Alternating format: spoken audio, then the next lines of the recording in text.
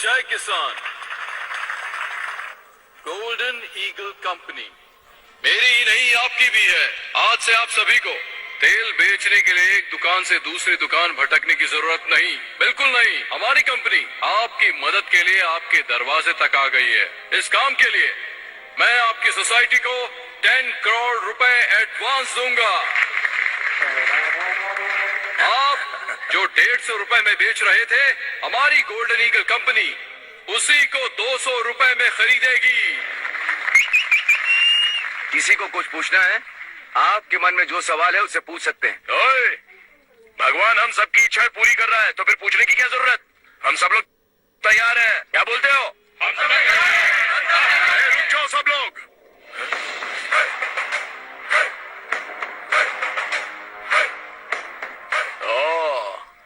Nandi brand, आप यहाँ खरीदने के लिए आए हैं, बेचने के लिए? खरीदने के लिए आए हैं। खरीद कर क्या करोगे? ऑफ कोर्स बेचेंगे इसे। ओहो, यहाँ बैठे सभी लोग मालिक की हैसियत से आए, पर मुझे तुम्हारे मालिक होने पर शक है। तू ओनर नहीं लगता, ब्रोकर लगता है।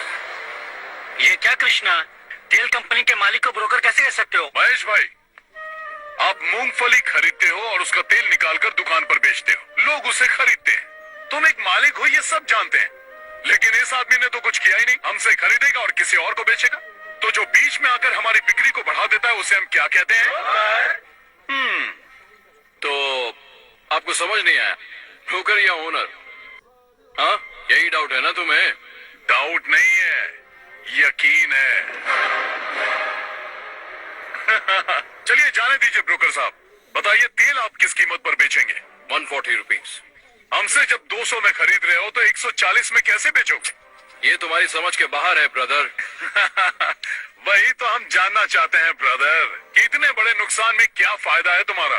60 रुपए का नुकसान, यही छोटी सी बात तो हमारे पल्ले नहीं पड़ रही है ब्रदर। 8 सालों से इंडिया में ऑयल के बिजनेस में मेरा ब्रांड टॉप पर है, मुझे कभी भी नुकसान नहीं हुआ। चलो अच्छी बात है, लेकिन हमसे तेल खरीदने के बाद उसे हमारे ब्रांड के नाम से बेचोगे ना? वो इम्पॉसिबल है, ब्रांड तो सिर्फ मेरा ही होगा, द गोल्डन ईगल कंपनी, इसी नाम से तेल बिकेगा। इसका मतलब हमारे ब्रांड का बिस्तरा गुल कर ये दोगे? क्या कृष्णा, ऐसे तो हमारे सारे ब्रांड खत्म हो जाएंगे। इतना ही नहीं काका, उसके बाद आप मालिक नहीं नौकर बन जाएंगे। मतलब पदमपुर पप्पू गोंडा का पोता परमेशी अब अपने ही तेल का मालिक नहीं होगा? ये आपका ब्रोकर और आप सप्लायर। गोल्डन ईगल कंपनी के सिर्फ एक सप्लायर होंगे। ओए, हम जैसे लोगों को तेल बेचते हैं ना, वैसे ही ये भी हमारा वही तेल ज्यादा कीमत पर खरीद कर लोगों को बेच रहा है। तो इसमें हमको नुकसान क्या हो रहा है? फायदा ही तो है ना। परफेक्ट, बिल्कुल सही बात बोल रहा है ये, पर इसे ये बात समझ में नहीं आ रही है। तुझे प्रॉब्लम क्या है मेरे दोस्त? इसमें हमारा नुकसान ही क्या है कृष्णा? नुकसान?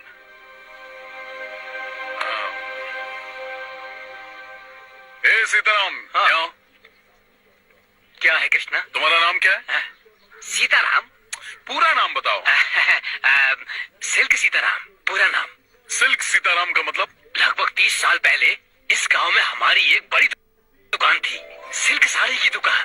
खानदानी व्यापार था, बहुत पैसा कमाते थे, घर पर ही बुनते थे और उसे ले जाकर अपनी दुकान में सजाकर बेच देते थे। फिर क्या हुआ? उस समय मैं लगभग 25 का रहा होऊंगा। मुंबई से एक बहुत बड़ी टेक्सटाइल कंपनी हमारे गांव में आई। उस टेक्सटाइल कंपनी वाले ने हमें कहा कि हम तुम्हें 20% ज्यादा फायदा देंगे। मेरा बाप लालची था, मान गया। 2 साल तक तो सब कुछ ठीक चलता रहा, लेकिन बाद में क्या हुआ? बाद में उन्होंने अचानक से सारे दाम धीरे से धम से गिरा दिए। वो दाम हमारे लिए कम था, हम सभी बर्बाद हो गए। मेरे बाप की दुकान बंद हो गई। पर दुकान बंद क्यों की? पूरे इलाके में सबसे ज्यादा नाम था तो दोबारा खोल सकते थे ना? हमारे पास जितने भी ग्राहक आते थे हम बॉम्बे कंपनी भेज देते थे, और वो लोग वापस हमारी दुकान पर क्यों आएंगे? हम लोग भारी कर्ज में दब गए।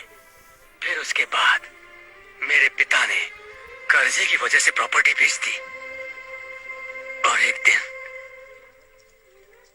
उन्होंने खुद को फांसी लगा ली। दूसरे दिन मेरी माँ ने सबके खाने में जहर मिला के खिला दिया और खुद भी खा लिया। मेरे घर में 25 लोग थे।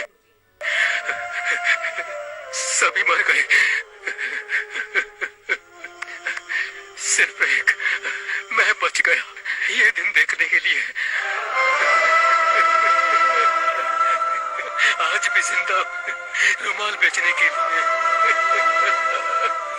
रोते नहीं सीताराम, आज भी तुम अपनी इज्जत की रोटी खा रहे हो। कृष्णा भाई, जब कोई हमारी दुकान में खरीदारी करता था तो हम लोग उसे 2 रुमाल मुफ्त में दिया करते थे।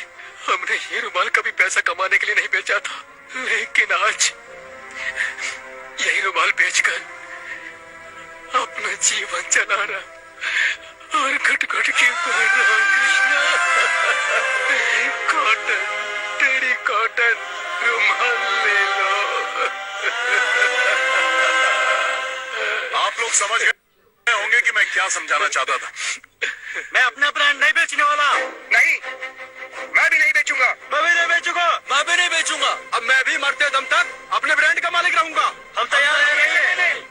ए ब्रोकर, तू यहाँ से एक रुमाल भी नहीं ले जा पाएगा।